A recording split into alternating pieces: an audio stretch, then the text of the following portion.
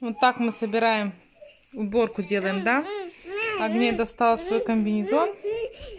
На улицу хочет идти. Что такое?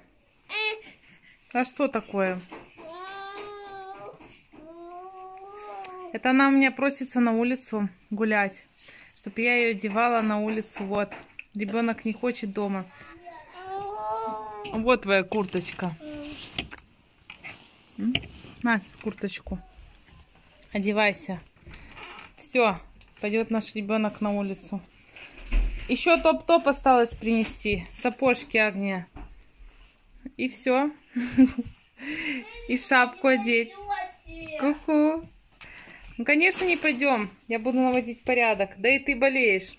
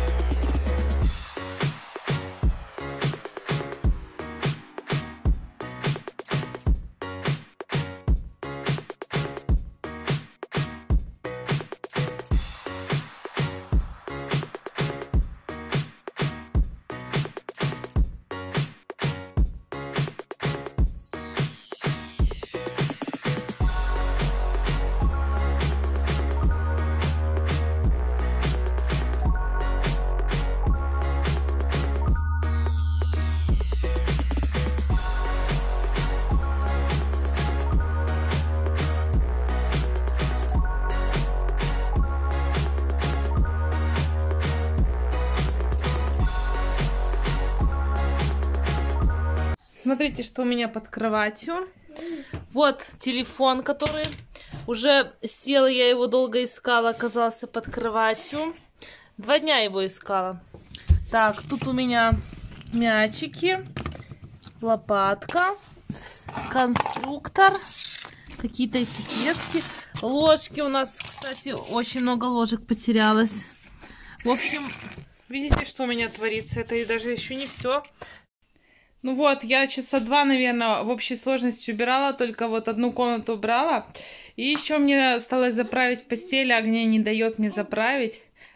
Вот. Ну, а сейчас она мне опять будет расправлять кровать. Короче, уборка у нас такая получается. Вот, так мы убираем. А я приобрела очередной такой вот органайзер. Он очень большой, вместительный органайзер, но наши вещи все равно сюда не помещаются. Здесь я положила варежки, кепки, шапки, детские платочки, ну, шарфики, да, все такое вот. Все нужное.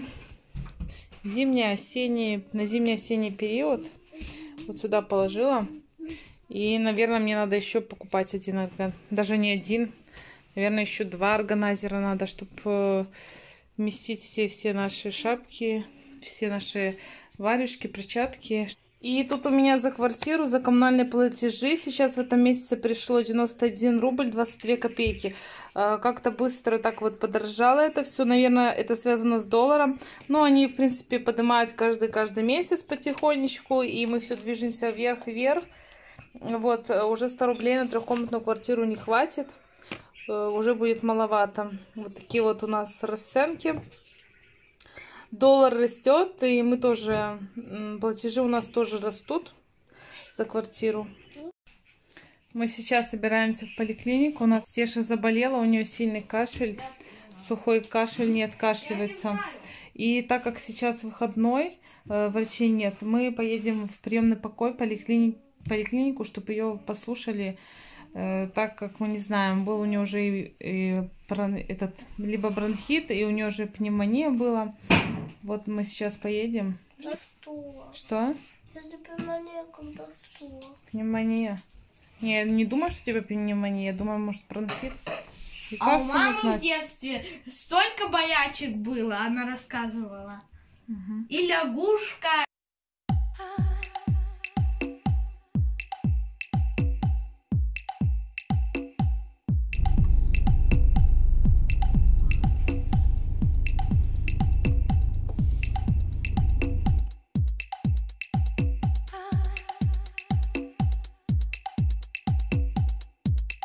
Съездили мы в больницу и сказали, что, конечно, холодно, сегодня дубак на улице у нас. Сказали, что, в общем, нам назначили антибиотик. У нее кашель, сказала, нехороший, и поэтому назначила антибиотик Стеше. Ни пневмонии, ни бронхита, она сказала нет, и сразу сказала, что в больницу мы вас не положим, так как больницы переполнены, хотя я не хотела в больницу и не собиралась, и сразу же дала мне бумагу, чтобы я написала отказ от госпитализации. Сказала, что очень много сейчас людей, да. Вот такой вот дала мне осмотр врача-педиатра, там написала антибиотик, и еще там другие препараты, которые надо пить в общем, от этого всего.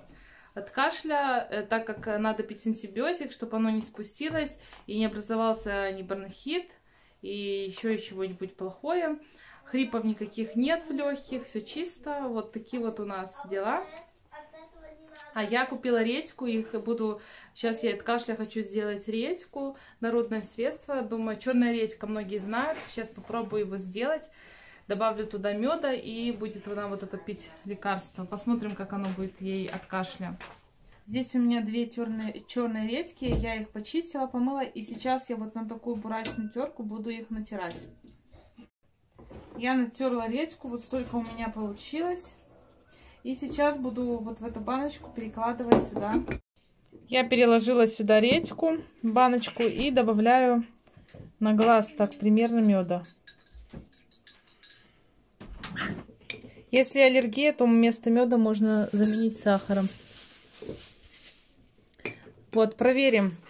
Оператор, возьми ложку. Я не оператор. И накрываем вот такой вот крышечкой и оставляем, ну, мне сказали, до вечера. Должен здесь появиться, пустить она, должна редька сок пустить. И этим соком можно потом уже будет лечиться. Посмотрим. Вот так вот оставляем. А сегодня сварила такой вот лимонный компот. Здесь у меня лимон, ну и сахар, очень полезный. Как раз сейчас Теша болеет. И вот такой вот компотик. Очень вкусно. Такой компот варит в детском саду. Как в детском саду. Сюда можно добавлять еще и апельсины. У нас просто лимон. Апельсины мы так кушаем, вот. Съездили мы еще на рынок, и я купила кое-каких приправ. Здесь у меня корица, вот за этот пакетик я отдала рубль, белорусский рубль. Это он мне уже в придачу продавец положил для плова, сказал. Можно в любое блюдо добавлять. Майоран я брала. Так, взяла еще я сладкий перец такой. И взяла из приправ еще чили. Чили для корейской морковки. Так, это у меня вышло за 5 рублей. 4-5. 5 рублей вышло. Ну так, он мне, получается, скидку сделал только на вот это. Я 5 рублей дала. Так, взяла еще зеленый лук. По 50 копеек у нас на рынке. В последнее время так лука захотелось. Просто зеленого со сметаной. Или просто так с хлебом. Чего-то не хватает. Взяла нашего любимой рыбки соленой. Это лещ сушеный. И вот такую поменьше рыбку взяла сушеную. Вчера сделал муж вот такие вот с Ярославом нашим конфеты от кашля Стеши. Стеше они вообще не понравились. Жженый сахар. А еще взяла себе вот такой кориандр. Мелкие приправу. Такую вот. Все забывала. Наконец-то я ее купила. И взяла еще семечки. Большие крупные семечки. Можно жарить. Ой.